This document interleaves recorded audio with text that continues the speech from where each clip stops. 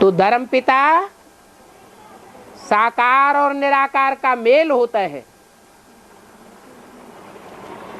ऐसे ही जो दुनिया में अव्वल नंबर का धर्म है, उस अव्वल नंबर धर्म का धर्म स्थापक अल्लाह वल दीन जो कहा जाता है, वो अलफ है।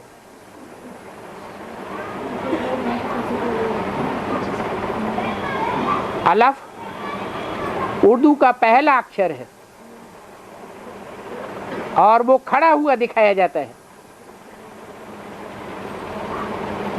सदैव ही खड़ा हुआ है, जैसे कोई प्रहरी खड़ा रहता है।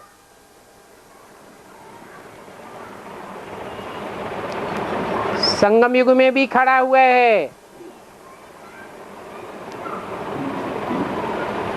और गिरती कला के जो युग द्वापर कलयुग हैं, उन युगों में भी वो आत्मा आत्म की स्थिति में खड़ी रहती है, तब विधर्मियों का मुकाबला करती है। नहीं तो मुकाबला नहीं कर सकती, प्रभाव से प्रभावित हो जाएगी। जैसे राहु का ग्रहण चंद्रमा को लग जाता है, ऐसे असुरों से प्रभावित हो जाती है। और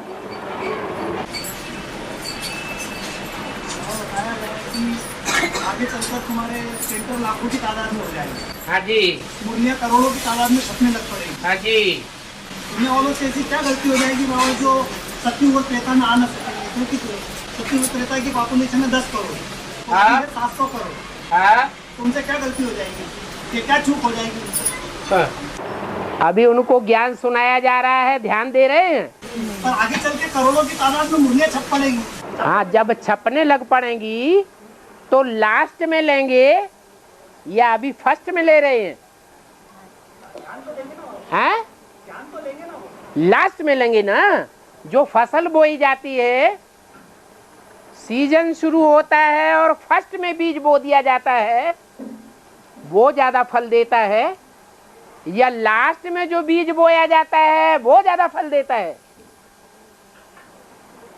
फलीभूत जब होना है तो उसका कोई नियम है कि बिना नियम के फलीभूत होता है? अरे कोई कुदरत का नियम है? हैं? नियम है। ईश्वरीय ज्ञान का भी नियम है। ये ईश्वरीय ज्ञान बीज है।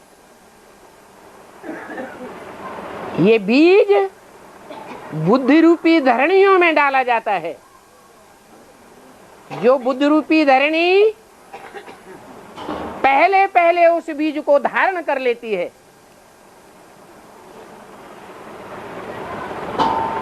वो फलीभूत जल्दी होती है और ज्यादा फलदायी हो जाती है।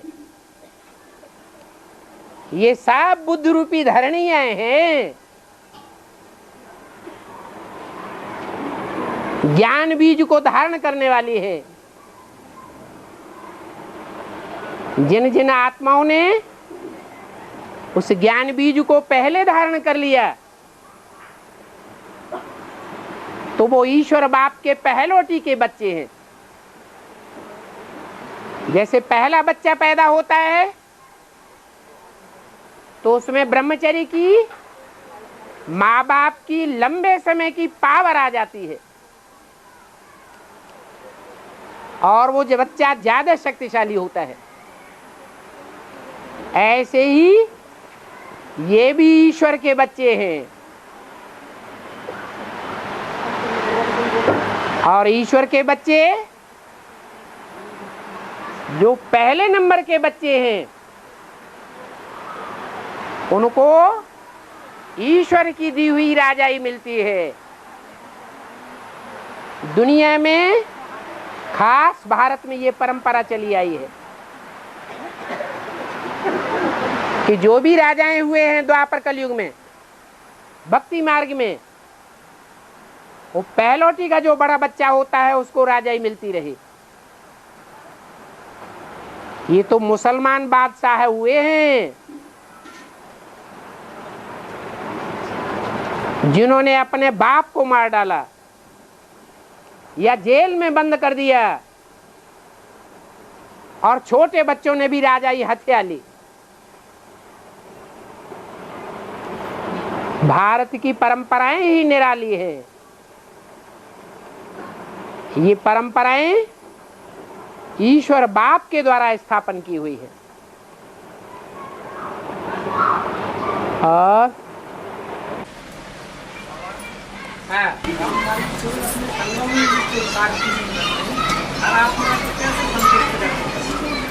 सहन शक्ति से ब्रह्मा बाबा ने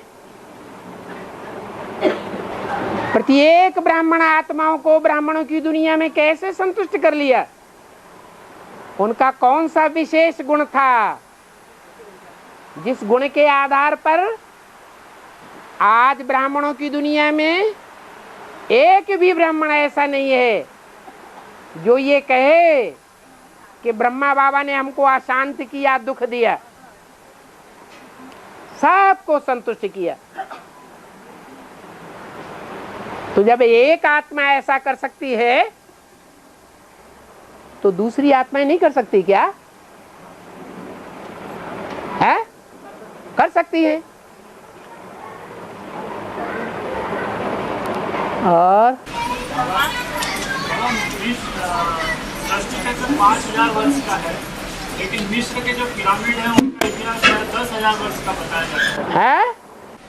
सृष्टि चक्र 5000 वर्ष का है, हाँ। लेकिन मिस्र के जो पिरामिड है हाँ। उनका 10,000 वर्ष का इतिहास बताया जाता है। हाँ। उसके पीछे क्या राज है, या जब पृथ्वी नष्ट होने की बात है कि पृथ्वी सारी नष्ट हो जाएगी, तो वो पिरामिड का इतिहास कैसे? जो पिरामिड बनाए हुए हैं, खड़े रहो खड़े रहो, वो किसके बनाए हुए हैं? अरे पिरामिड की हिस्ट्री बताई गई तो उनसे पूछो पिरामिड किसने बनाए? हैं? मनुष्यों ने। और मनुष्यों ने जो चीज बनाई है उन मनुष्यों की हिस्ट्री कितने साल की है, जिस हिस्ट्री के प्रूफ और प्रमाण मिल रहे हैं। हिस्ट्री तब ही बनाई जाती है जब मनुष्यों के ऊपर दुख होता है, दुख सहन करना पड़ता है, तो एक एक दिन गिनते रहते हैं, तब हिस्ट्री बनती है। तो उन पिरामिड बनाने वाले मनुष्यों से पूछो कि ये दुख की हिस्ट्री तुम्हारी कितने साल की है? नहीं तो आप ही अपनी बुद्धि से जवाब दो। कितने वर्ष की हिस्ट्री हमारे पास मौजूद है जिसके प्रूफ और प्रमाण हमको मिल रहे हैं? बोलो। 2500 साल। तो 2500 साल की सृष्टि के दुख के प्रमाण हमको मिल रहे हैं। जब से हमने दिन गिनना शुरू किया, तवारीखें बनना शुरू हुई, चाहे हिंदू धर्म हो, चाहे हिंदू धर्म का शक संवत हो, चाहे विक्रम संवत हो, चाहे क्रिश्चियंस का ईसा संवत हो, चाहे मुसलमानों का हिजरी संवत हो, सारे ही संवत 2500 साल के अंदर के क्यों हैं? उससे पहले के संवत कहां गए? इसलिए कि 2500 साल से मनुष्य दुख देखता आया है। जिसके ऊपर कभी दुख न पड़ा हो और उसको थोड़ा दुख सहन करना पड़े तो बड़ा दुख अनुभव होता है या छोटा अनुभव होता है? बड़ा दुख अनुभव होता है। तो द्वापर के आदि में भले दुख ज्यादा नहीं था, सतो प्रधान था, दुख भी सतो प्रधान स्टेज में था, फिर भी जो देव आत्माएं थी वो जन्म जन्मांतर से सुख भोगती आई थी, उनके ऊपर थोड़ा भी दुख पड़ा तो उनको बड़ा दुख महसूस होने लगा। और ज्यादा दुखी होने लगे। ज्यादा दुखी होने के कारण एक एक दिन उनको गिनना पड़ा। तब से ये ईसा संबत, हिजरी संबत और विक्रम संबत, शक संबत शुरू हुए। तो साफ जाहिर होता है कि दुनिया की दुख की हिस्ट्री 2500 साल की है। उससे पहले की हिस्ट्री किसी के पास नहीं है। उससे पहले की है सुख की हिस्ट्री। वो सुख की हिस्ट्री भगवान ही बनाता है। वो देवताई हिस्ट्री है, लेकिन उस हिस्ट्री का ज्ञान भगवान आकर के मनुष्यों को देता है। जैसे दिन और रात बराबर होते हैं। दिन में होता है सुख, ज्ञान, और रात में होता है दुख, अज्ञान, अंधेरा, अंधकार, अंधापन। ऐसे ही सुख की सृष्टि है आत्मिक सृष्टि, जिसे देवताओं की सृष्टि कहा जाता है। और द्वापर कलयुग है दुख की सृष्टि। ये मनुष्यों की सृष्टि है। मनुष्य अच्छे कर्म करने वाले भी होते हैं, लेकिन थोड़े होते हैं, और दुष्ट कर्म करने वाले ज्यादा होते हैं। उनको राक्षस कहा जाता है। कलयुग के अंत में हो जाती है राक्षसी सृष्टि।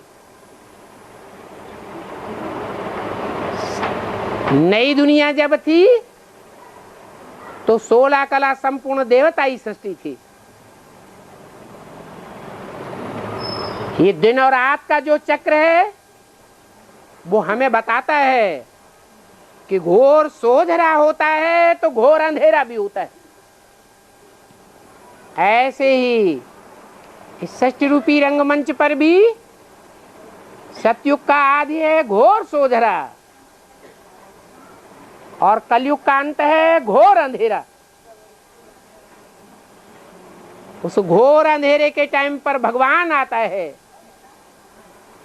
इसलिए उसके आने की यादगार हम मनाते हैं। क्या? महाशिवरात्रि। छोटी मोटी रात्रि नहीं, महाशिवरात्रि। रात्रि तो है, लेकिन नाम है शिवरात्रि। वो रात्रि भी कल्याणकारी रात्रि है। कल्याणकारी उनके लिए है जो आए हुए शिव भगवान को पहचानते हैं। वो पहचानने वालों के धर्मखंड में ही वो महाशिवरात्रि मनाई जाती है। विदेशों में महाशिवरात्रि नहीं मनाते।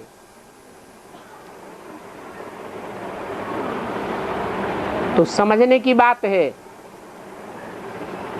ये जो पिरामिड आदि की हिस्ट्री बनाई है वो मनुष्यों ने बनाई है। मिस्र और इजिप्ट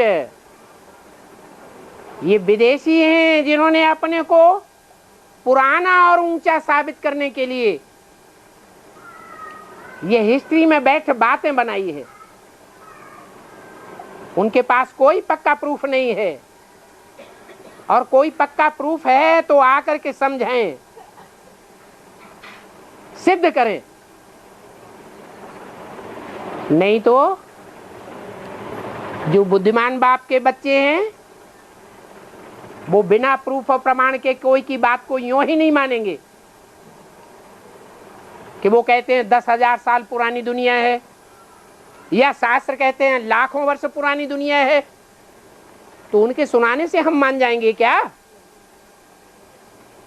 नहीं मान सकते। बैठ जाओ। मातृभाषा किसको कहते हैं? मातृ कहते हैं माता को। बच्चा जिस माता से जन्म लेता है उस माता की भाषा ही पहले सीखता है। माता जो भाषा बोलेगी, गोद में पलने वाला बच्चा भी उस भाषा को सीखेगा। माँ बाप की भाषा को मातृभाषा कहा जाता है। एक सवाल और। दो आत्मा एक साथ जन्म लेती है, उसके पीछे क्या राज है? भले दो आत्माएं एक साथ जन्म लेती हैं, लेकिन आगे पीछे जन्म लेती हैं या एक ही सेकंड में दोनों का जन्म होता है? आगे पीछे हो जाता है। इसका मतलब है कि कुछ न कुछ संस्कारों में अंतर जरूर रहता है। जो बच्चा पहले पैदा होगा बड़े आकार वाला होगा, जो बच्चा बाद में पैदा होगा छोटे आकार वाला होगा। तो ये संस्कारों का अंतर जरूर होता है। और आत्मा का शरीर भगवान बनाते हैं, अपने आप बन जाता है। भगवान एक एक के पेट में बैठ करके मशीन बन के नहीं बैठता है। कुछ काम कुदरत करती है, उसको कहते हैं प्रकृति। प्राकृतिक रूप से वो काम होते रहते हैं। भगवान तो हमें मालूम है कौन से युग में आता है? संगम युग में आता है। तो द्वापर कलयुग में और सतयुग त्रेता में भगवान बैठ करके हर पेट में बच्चा तैयार करता है। ये तुम्हारी बुद्धि में कैसे आ गया? अरे तुम्हारी बुद्धि में ये कहां से बात आ गई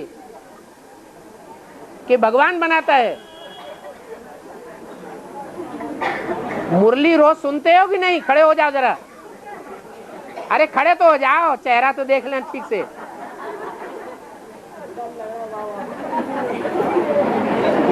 मुसलमान लोग कहते हैं अल्लाह मियाँ ने सूरज बनाया, अल्लाह मियाँ ने चांद बनाया, अल्लाह मियाँ ने जमीन बनाई, अल्लाह मियाँ ने हमको बनाया, तुमको बनाया। अरे अल्लाह मियाँ सब कुछ करता है क्या? ज्ञान में यही समझाया जाता है? अरे कम से कम बेसिक ज्ञान तो बुद्धि में होना चाहिए। हैं? सब भूल गए? कौन सी गीता पाठशाला में जाते हो? गीता पाठशाला भी चला रहे हो?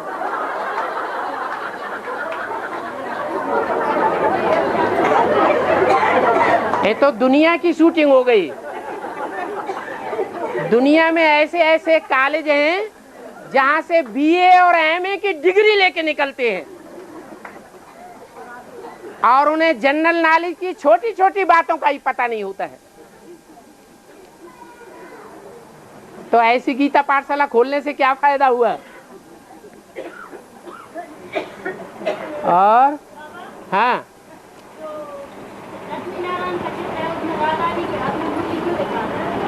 लक्ष्मी नारायण के चित्र में, हाँ जी, जो नीचे राधा और कृष्ण खड़े हुए हैं लक्ष्मी नारायण के चित्र में, वो राधा कृष्ण रचना है या रचयिता है? रचना। रचना का ज्ञान और रचयिता का ज्ञान। रचयिता माई बाप को कहा जाता है। जो माई बाप लक्ष्मी नारायण हैं वो कौन से युग में है?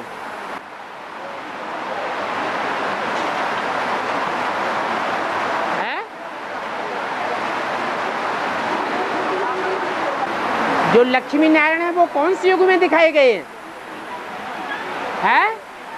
संगम युग में। और राधा कृष्ण कौन से युग में दिखाए गए हैं? सतयुग में। तो सतयुग में ज्ञान होता है या नहीं होता है? हैं? नहीं होता है। तो जो राधा और कृष्ण के हाथ में अगर मुरली भी दिखाई जाए तो वो बांस की मुरली होगी या ज्ञान की मुरली होगी? हैं? बांस की मुरली होगी। वहाँ जो भी वाद्य यंत्र होंगे वो सब सादा सादा वाद्य यंत्र होंगे, ऐसे नहीं कि वहाँ कोई ज्ञान के वाद्य यंत्र होते हैं। ज्ञान की वीणा नहीं होती है, ज्ञान का नगाड़ा नहीं होता है, ज्ञान की बांसुरी नहीं होती है।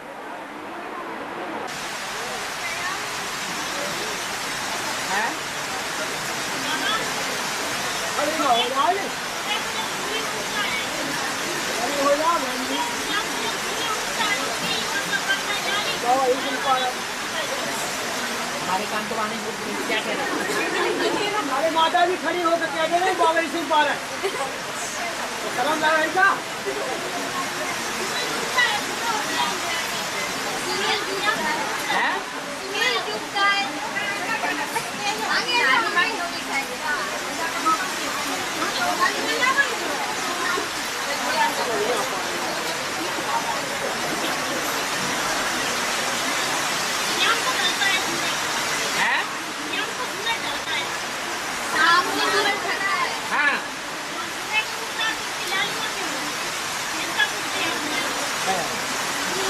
इसलिए होती है कि अमृत वेले जब अज्ञान सूर्य उदय होता है तो विनाश होना चाहिए या नहीं होना चाहिए? है? होना चाहिए। और जो विनाश होगा वो क्रांति के आधार पर होगा या शांति के आधार पर होगा? क्रांति। और क्रांति करने के लिए निमित्त हैं शक्तियां। क्रांति का रंग लाल दिखाया जाता है, वो शिव की शक्तियां हैं। शिव उन शक्तियों से भिन्न नहीं है। इसलिए शंकर द्वारा विनाश गाया जाता है, लेकिन वास्तव में शंकर विनाश नहीं करता। विनाश कौन करती है? शक्तियां। इसलिए शक्तियों में महाविनाशकारी महाकाली को दिखाया गया है।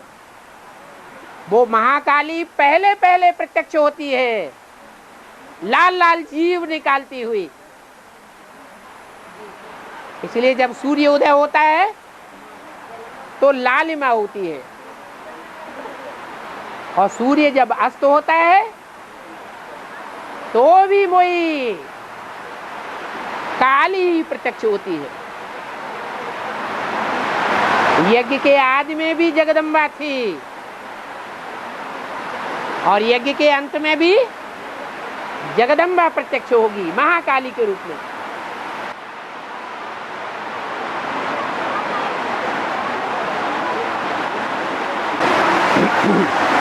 माताएं थोड़ा आगे आ जाओ, पीछे भाई लोग भीग रहे हैं। सोते रहा करो।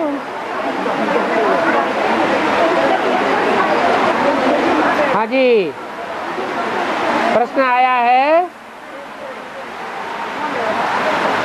3 सीट्स पहले पहले फिक्स हो गई। ब्रह्मा,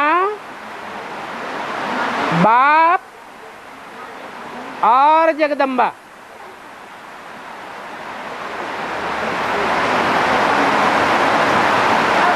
तो प्रश्न ये है कि अष्टदेव में से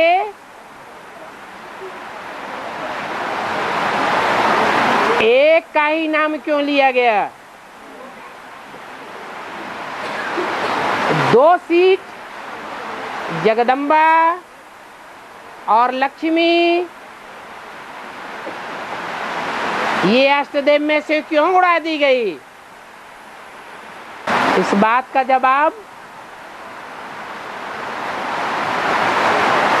इससे पहले के क्लैरिफिकेशन में दे दिया गया है, वार्तालाप में ही। कोई याद हो तो बताए। हाँ बोलो। ओहो, अष्टदेव हाँ, जो 3 देवताएं हैं ब्रह्मा विष्णु शंकर, उनमें ब्रह्मा है नीची स्टेज,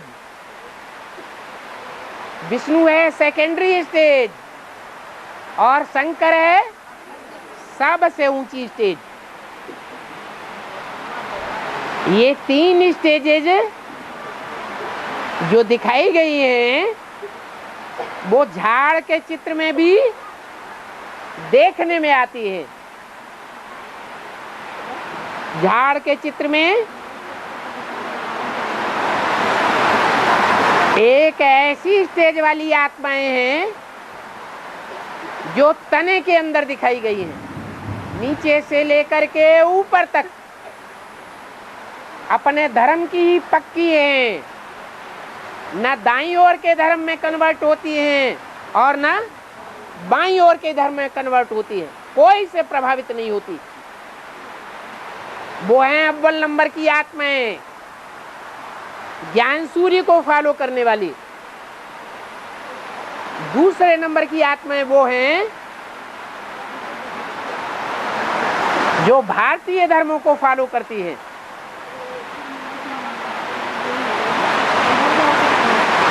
जैसे बौद्ध धर्म,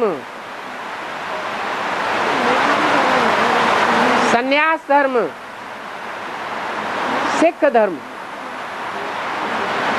ब्रह्मचर्य को विशेष पोषण देने वाली है। और तीसरी वो आत्माएं हैं जो ब्रह्मा से विशेष प्रभावित होकर के रही है, ब्रह्मा से ही विशेष वरदान लेती रही है। उन ब्रह्मा से विशेष वरदान लेने वालों को असुर कहा गया है। विधर्मी, विदेशी, वाम मार्गी। इसलिए ये तीनों ग्रुप में जो अव्वल नंबर सीट्स हैं उनके नाम दिए गए हैं। ब्रह्मा, बाप और जगदम्बा। ब्रह्मा 3 पुरियों में सबसे नीची स्टेज में दिखाया गया है। ब्रह्मा को फॉलो करने वाले ब्रह्म समाजी कहे गए। सेकेंडरी स्टेज है विष्णु, विष्णु को फॉलो करने वाले वैष्णव संप्रदाय कहे गए। और सबसे ऊंची स्टेज है शिव की, वो शैव समाजी कहे जाते हैं। शैव संप्रदाय वो सबसे ऊंची स्टेज है। तो जो पहली माला बनती है वो कौन से ग्रुप से प्रत्यक्ष होनी चाहिए है? शैव संप्रदाय से क्लियर होनी चाहिए या विष्णु संप्रदाय से क्लियर होनी चाहिए या ब्रह्म समाजियों में से क्लियर होनी चाहिए है? जो सबसे ऊपर का ग्रुप है उसमें से अव्वल नंबर की जो माला है 8 की वो प्रत्यक्ष होती है। उस अव्वल नंबर की माला में वैष्णवी का अव्वल नंबर पार्ट बजाने वाली आत्मा भी नहीं आ सकती।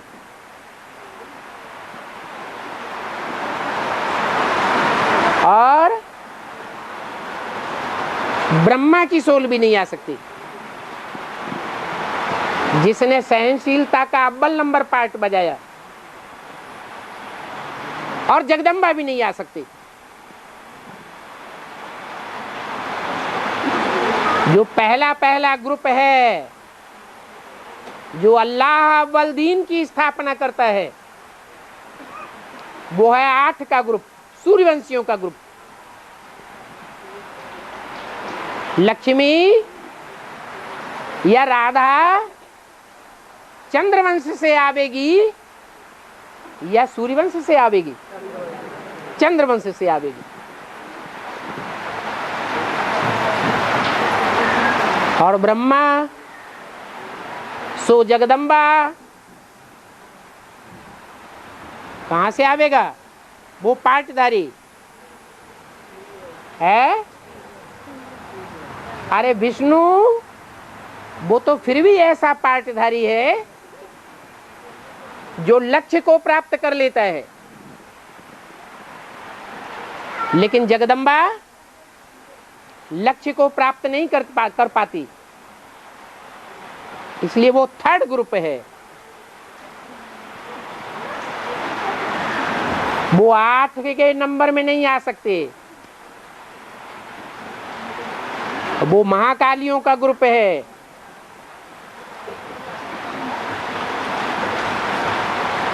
आठ के नंबर में आने वाले सदैव ज्ञान सूर्य को फॉलो करने वाले होने चाहिए। इसलिए जो अष्टदेव हैं वो यादगार के रूप में शिव शंकर भोलेनाथ के मस्तक के ऊपर दिखाई जाते हैं। और हाँ हाँ 1 मिनट। हाँ हाँ बोलो। कुमारों को किसान बताया गया है। कुमारों को किसान बताया है बाबा। किसान। हाँ कुमारों की एक रस स्थिति बनी रहे, इसके लिए क्या विशेष पुरुषार्थ करना चाहिए? कुमारों को अगर एक रस स्थिति बनानी है तो पहले सोचना है कि हम निर्बंधन हैं या बंधन वाले हैं। कुमारियों के मुकाबले अधर कुमारियों के मुकाबले अधर कुमारों के मुकाबले कुमार ज्यादा निर्बंधन है या कम निर्बंधन है?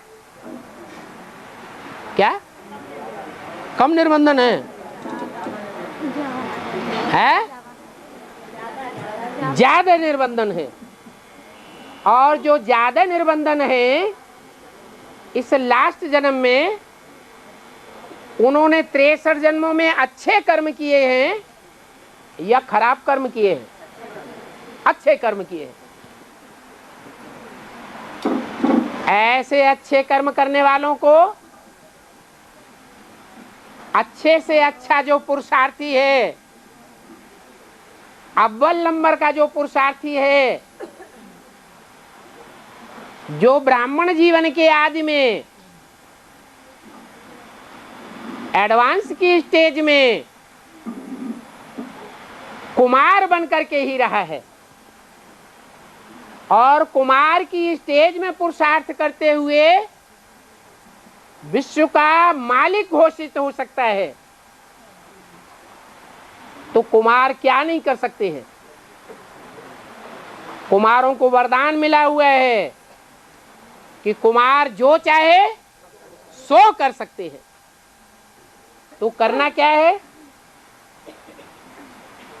जो ऊंची से ऊंची स्टेज बनी रहे यही करना है।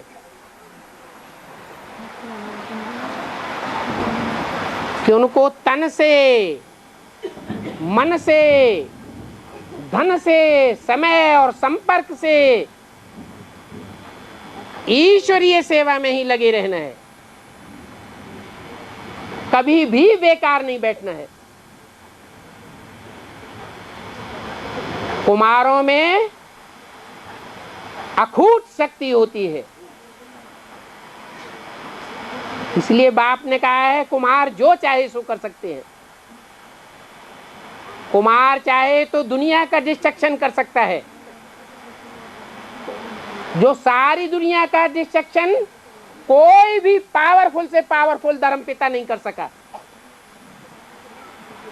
और कुमार चाहे तो नई दुनिया का कंस्ट्रक्शन करने में भी बाप के 100% सहयोगी बन सकते हैं। क्या करना है? सिर्फ क्या करना है? सदैव ईश्वरीय सेवा में तन मन धन समय संपर्क की बाजी लगाना है।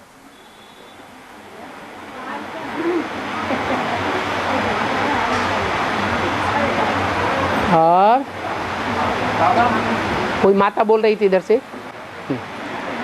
बाबा मैं बोलते हैं। हाँ बाबा उज्जैन में मंदिर है पशुपतिनाथ। हाँ?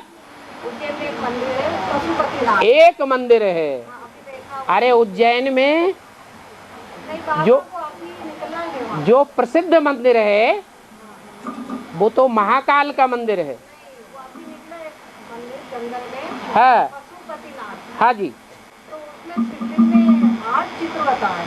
तो हम देखते हैं आजकल हाँ 8 चित्र बताए शिवलिंग में। हाँ लिंग में 8 चित्र बने हुए हैं। हाँ तो उसका रहस्य ये है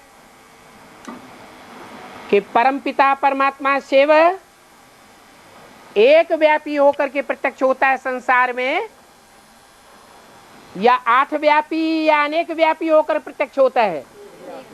एक व्यापी होकर प्रत्यक्ष होता है। और जो एक व्यापी बनकर के संसार में प्रत्यक्ष होता है उसको कहा जाता है रुद्र। और रुद्र के सर के ऊपर वो 8 की माला दिखाई जाती है। वो 8 आत्माएं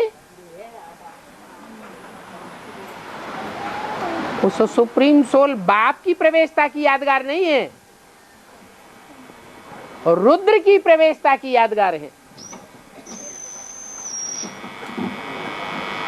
इसलिए 8 रूप दिखाए गए हैं। और बाबा पूरे देश भर में दुनिया भर में बड़े बांधों का निर्माण हो रहा है, बनाए जा रहे हैं बड़े बड़े बांध, बड़े बड़े बांध है। तो ये बनाना चाहिए या नहीं बनाना चाहिए? प्रकृति को कहा जाता है पृथ्वी जल वायु अग्नि आकाश। 5 प्रकार की शक्तियां हैं जिनको प्रकृति माता कहा जाता है। प्रकृति को कंट्रोल करने का काम, प्रकृति माता को कंट्रोल करने का काम प्रकृति पति का होना चाहिए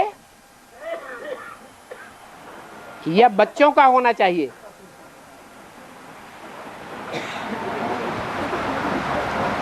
भगवान है प्रकृति पति, और जब इस सृष्टि पर आता है तो प्रकृति को अधीन करके आता है।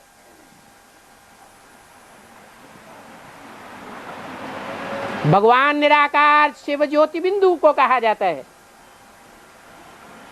शिव ज्योति बिंदु जब इस सृष्टि पर आता है तो 5 तत्व के बने हुए पुतले को कंट्रोल करता है।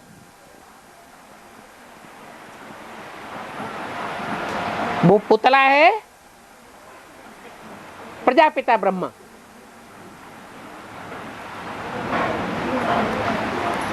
वो माता पिता का कंबाइंड रूप है।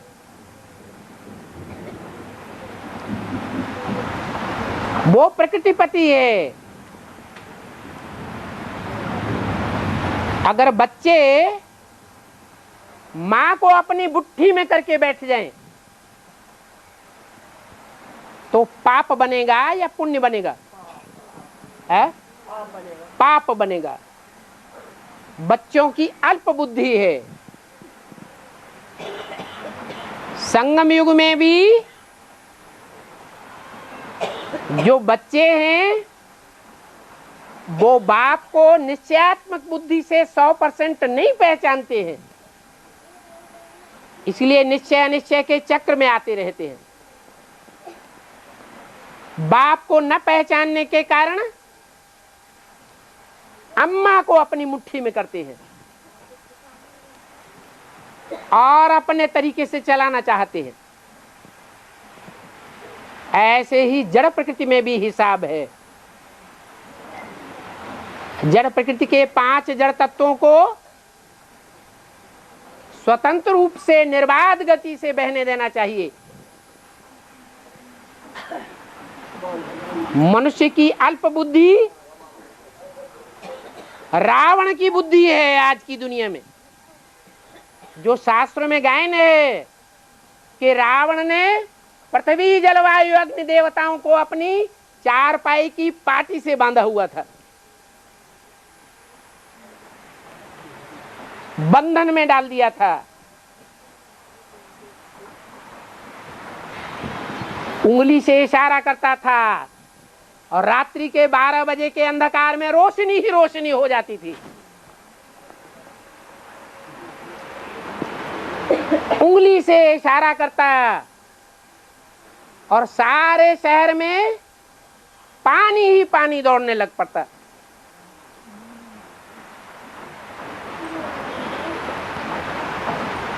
उंगली के इशारे से 5 तत्वों को कंट्रोल करना ये रावण संप्रदाय के मनुष्यों का काम है। बुद्धि का विलास दिखाते हैं, लेकिन प्रकृति भले जड़ बुद्धि है, परंतु आज नहीं तो कल माताएं जो बंधन में आई हुई हैं सबसे जास्ती, उन माताओं की प्रतिनिधि जगदम्बा, वो भी सच्चाई को आज नहीं तो कल पहचानेगी या नहीं पहचानेगी। कोई होता है प्रैक्टिकल किए बगैर ही ईश्वर की वाणी को फॉलो करता है। कोई आत्मा ऐसी जड़ तुम्हें बुद्धि होती है कि ईश्वर की वाणी को कहने से नहीं मानती, नाक रगड़ रगड़ के जब प्रैक्टिकल में उनको महसूस हो जाता है कि ये रास्ता गलत है, तब उनकी बुद्धि में बैठता है। तो ऐसे ही ये प्रकृति को जो कंट्रोल किया हुआ है मनुष्यों ने और कंट्रोल करते जा रहे हैं, एक दिन ऐसा आवेगा ये पृथ्वी जो 5 तत्वों से भरपूर है वो विकराल रूप धारण करेगी, तामसी बनेगी और बड़े बड़े भूकंप के द्वारा इन बुद्धिमानों की विलासिता को चकनाचूर कर देगी।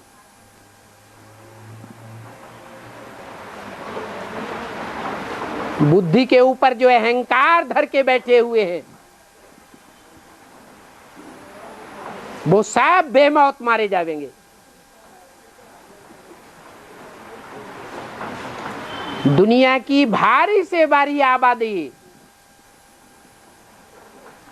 भूकंप में मर जाएगी। जो भगवान बाप के ऊपर विश्वास करने वाले बच्चे हैं उनकी सुरक्षा प्रकृति माता करेगी, भगवान बाप के डायरेक्शन पर। इसलिए मुरली में बोला है कि हिंदुस्तान का जो बड़े से बड़ा डैम बना हुआ है, कौन सा? भाखरा नंगल डैम। वो 2 लंबे लंबे पहाड़ हैं, उनके बीच में कई पहाड़ों का, पर्वत श्रेणियों का पानी आकर के इकट्ठा होता है। गोविंद सागर उसका नाम है।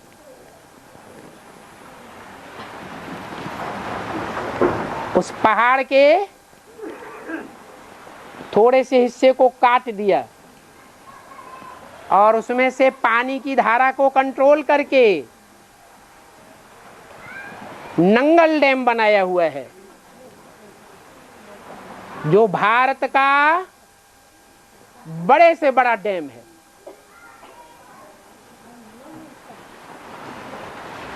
पाकिस्तान की भी नजर है कि इस डैम के ऊपर बम विस्फोट करके इसको धराशायी कर दें तो आधा हिंदुस्तान जलमयी हो जाएगा।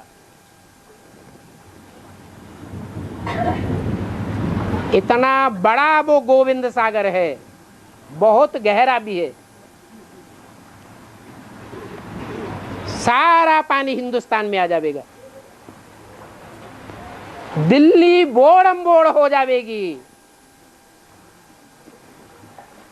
जब राजधानी का ये हाल हो जाएगा तो औरों का तो और ही बुरा हाल होना है। टहरी बांध बनाया जा रहा है, गंगा के जल को बांध करके। ये मनुष्यों की बुद्धि चल रही है। भगवान बाप बताते हैं नर चाहत कछु और है, होवत है कछु और। कुछ वैज्ञानिक भी बता रहे हैं ये टहरी बांध बहुत नुकसानदायक साबित होगा।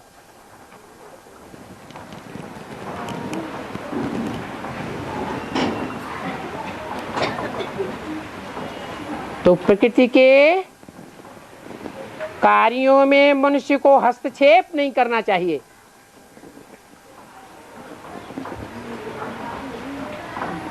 मानवीय बुद्धि अल्प बुद्धि है। प्रकृति भगवान की रचना है।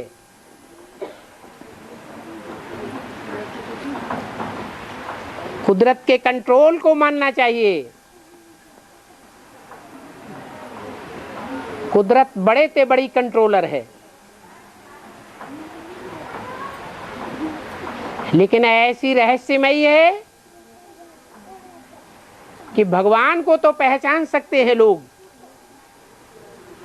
लेकिन जो भगवान की अव्वल नंबर रचना है, पहली नंबर रचना है, उस प्रकृति माता को पहचानना बहुत मुश्किल है। न पहचान पाने के कारण उसको अपनी मुट्ठी में दबोच के रखा हुआ है। आज घर घर में बच्चे बड़े होने के बाद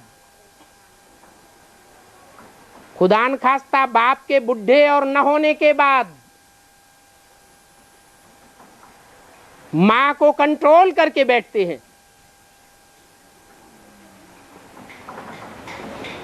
अपनी उंगली के इशारे पर नचाते हैं। सारी प्रॉपर्टी को अपने मुट्ठी में लेकर बैठ जाते हैं।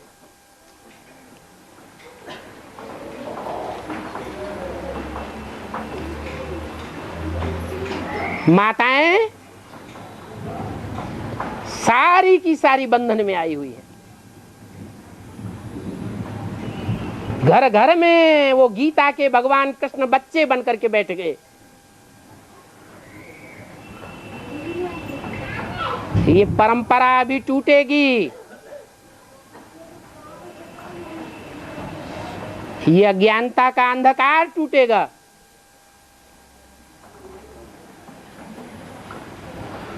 भारतीय परंपरा में माँ बाप का जो सम्मान होना चाहिए वो माँ बाप का सम्मान फिर से संसार में लागू होगा।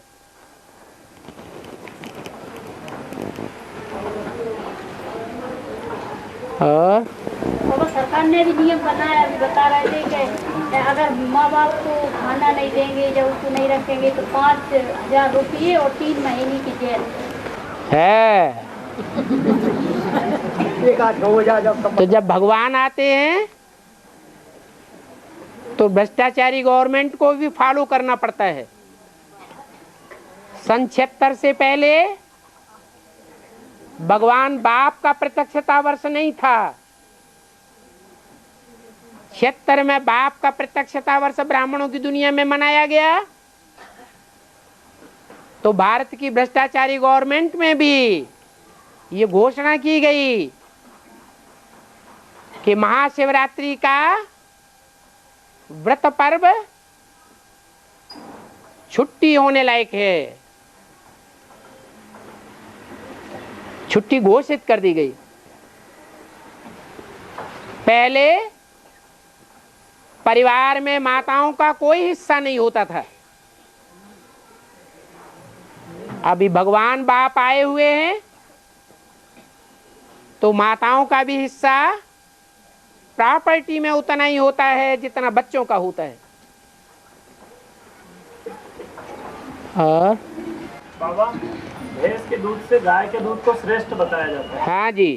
तो गाय भी एक पशु है। हाँ। उसके दूध को पीने से कोई बुद्धि पर या ऐसे पीना चाहिए या नहीं पीना चाहिए गाय?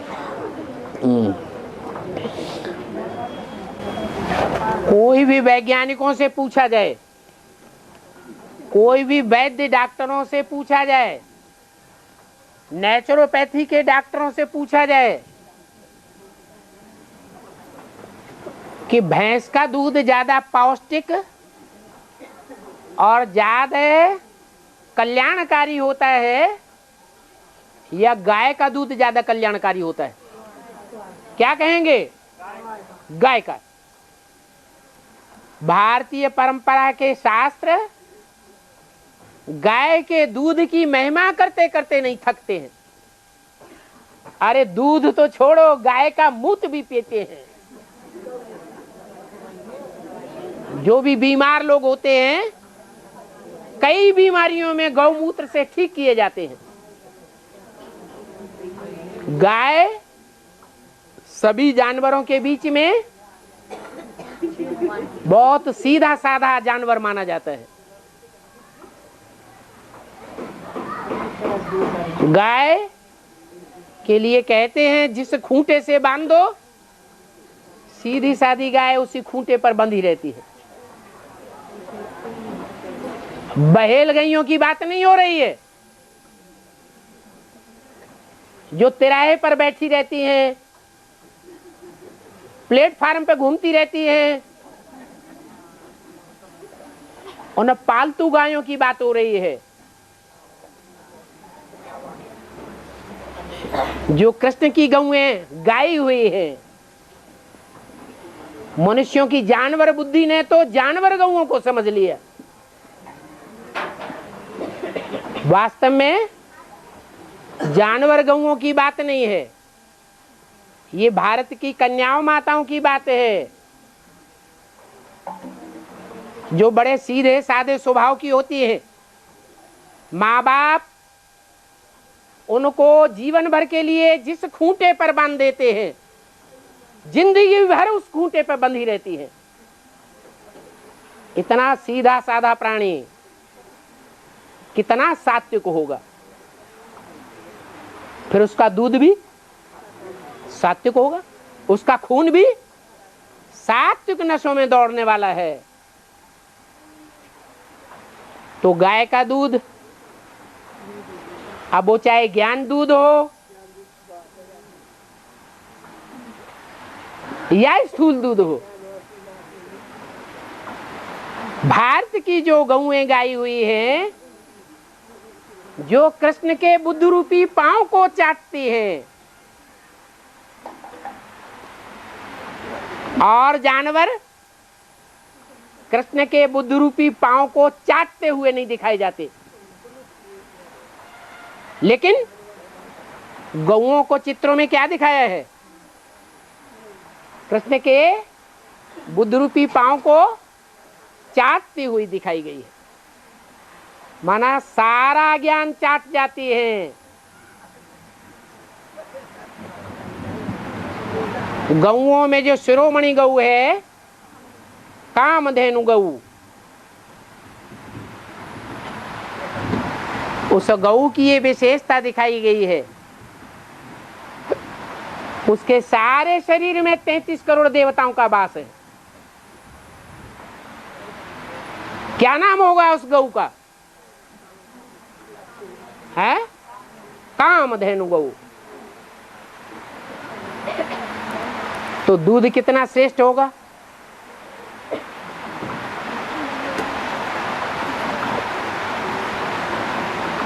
ये भारत की गौओं की विशेषता है, विदेशी गायों की विशेषता नहीं है। जो जर्सी गायें होती हैं, या दूसरे नाम वाली विदेशी गैया होती हैं, 30-30, 40-40 लीटर दूध देती हैं, उनके दूध में भी इतनी कमाल नहीं होती है। उनका दूध भी नेचुरोपैथी के काम में नहीं आता है और मूत्र भी नेचुरोपैथी के काम में नहीं आता। पंचगव्य जो दवाई बनाते हैं वो भी विदेशी गौओं का काम में नहीं आता है। जो नैसर्गिक खेती की जाती है उस खेती में भी जो देसी गौएं हैं भारतीय, उनका गौमूत्र और उनका गोबर काम में आता है, विदेशी गायों का काम में नहीं आता है उतना। तो ये विशेषता है। भैंस तो कही जाती है भैंस बुद्धि, भैंस और भैंसा। धर्मराज की सवारी किसे दिखाते हैं? भैंसा। धर्मराज अलग पार्टधारी है और भगवान बाप अलग पार्टधारी आत्मा है। भगवान को प्यार का सागर कहा जाता है, धर्मराज को प्यार का सागर नहीं कहते हैं। प्यार का सागर है या मार का सागर? मार ही मार। तो धर्मराज का जैसे आधार भैंसा दिखाया जाता है, तो भैंसे की पत्नी का नाम क्या होगा? भैंस होगा। उससे पैदा होने वाला बच्चे का नाम क्या होगा? भैंसासुर। भैंसासुर की बुद्धि भी कैसी होगी? भैंस बुद्धि होगी या गौ बुद्धि होगी? भैंस बुद्धि होगी। बुद्धि को ठस बनाने वाला दूध है। ब्राह्मणों की दुनिया में भी उस भैंस का नाम है माया बेटी।